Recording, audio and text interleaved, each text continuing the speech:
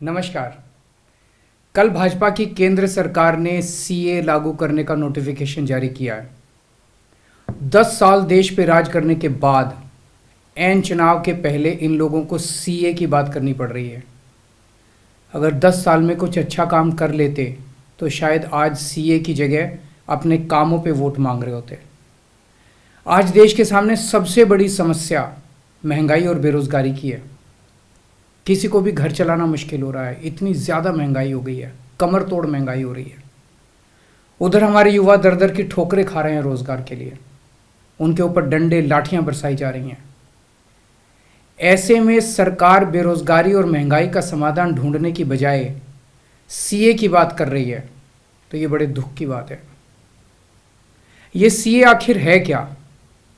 BJP की केंद्र सरकार का कहना है कि 3 देश, बांग्लादेश, पाकिस्तान और अफगानिस्तान, इन 3 देशों के अल्पसंख्यक जो हैं वो अगर भारत की नागरिकता लेना चाहें तो उन्हें भारत की नागरिकता दे दी जाएगी। इसका मतलब बड़ी संख्या में यहाँ से अल्पसंख्यकों को हमारे देश में लाया जाएगा, उनको रोज़गार दिए जाएंगे, उनके लिए घर बनाए जाएंगे, उनको यहाँ बसाया जाएगा। अजीब बात है ना। बीजेपी की केंद्र सरकार से हमारे बच्चों को रोजगार दिए नहीं जा रहे, पाकिस्तान से लोगों को लाके उनके बच्चों को रोजगार देना चाहते हैं। हमारे लोगों के पास तो घर नहीं है, भारत के तो ढेरों लोग बेघर हैं, लेकिन बीजेपी वाले पाकिस्तान से लोगों को लाके उन्हें भारत में बसाना चाहते हैं, उनको घर देना चाहते हैं। हमारे रोजगार उनके बच्चों को देना चाहते हैं, हमारे हक के घर उनमें पाकिस्तानियों को बसाना चाहते हैं।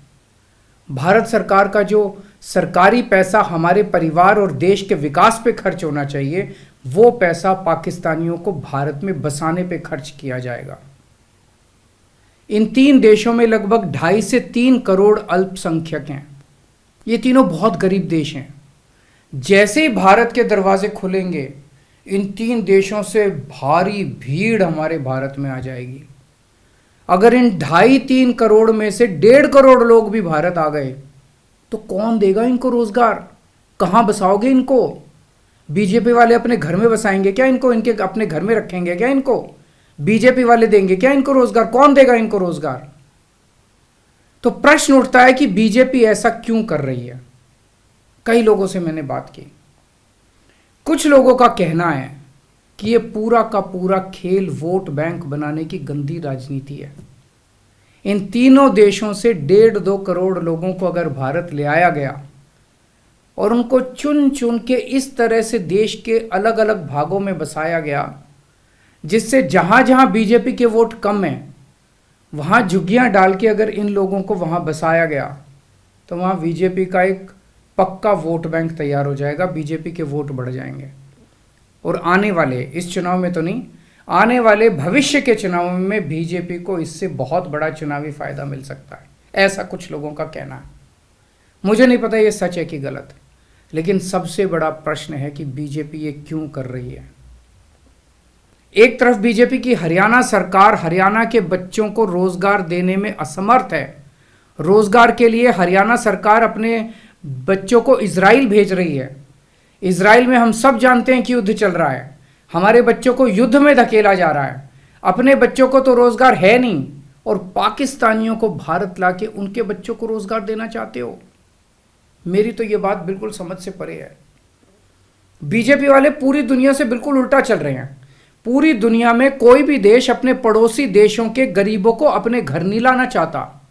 पड़ोसी देशों के लोगों को अपने देश में आने से रोकने के लिए पूरी दुनिया में हर देश तरह तरह के कानून बनाता है, बॉर्डर पे दीवारें लगाता है, बॉर्डर पे बिजली की तारें लगाई जाती हैं ताकि पड़ोसी देश का कोई भी व्यक्ति हमारे देश के अंदर ना आ सके।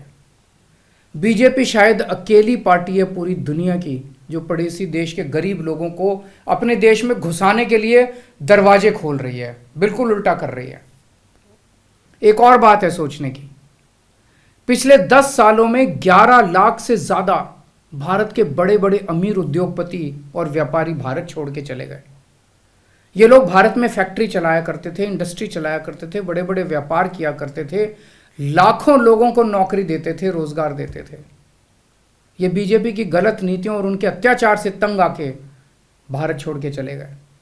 अगर बीजेपी को लाना ही है तो इन लोगों को वापस भारत लेके आओ ना, जो भारत छोड़ के चले गए।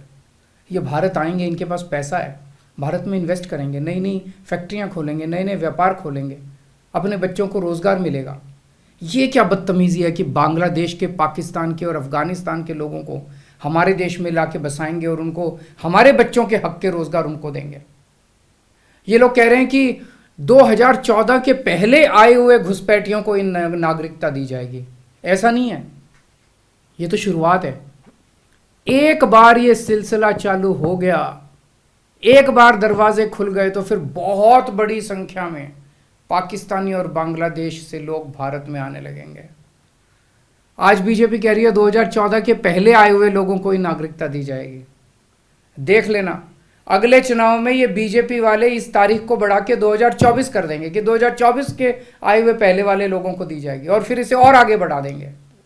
मोटी मोटी बात यह है कि पाकिस्तानियों और बांग्लादेशियों के लिए भारी संख्या में भारत आने के लिए बीजेपी सरकार ने दरवाजे खोल दिए। ये देश के लिए बेहद खतरनाक है और इसका सबसे ज्यादा खामियाजा उत्तर पूर्व, नॉर्थ ईस्टर्न स्टेट्स भुगत रहे हैं, खासकर आसाम। आसाम के लोगों की भाषा और संस्कृति खतरे में पड़ चुकी है क्योंकि वहां पे बांग्लादेश से इतनी बड़ी संख्या के ऊपर इलीगल माइग्रेशन हुआ है। अब बीजेपी कह रही है कि इलीगल माइग्रेंट जो आए हैं उनको हम नागरिकता देंगे, उनको हम बसाएंगे, आसाम में बसाएंगे। आसाम के लोग बहुत नाराज हैं। एक तरह से देखा जाए तो हेमंत बिश्व शर्मा जो बीजेपी के मुख्यमंत्री हैं, उन्होंने धोखा दिया अपने लोगों को। अपने आसाम के लोगों की खातिर उन्हें सीए का विरोध करना चाहिए था। उन्हें कहना चाहिए था कि आसाम के लोगों की संस्कृति और भाषा दोनों खतरे में है, ये बिल्कुल बर्दाश्त नहीं किया जाएगा।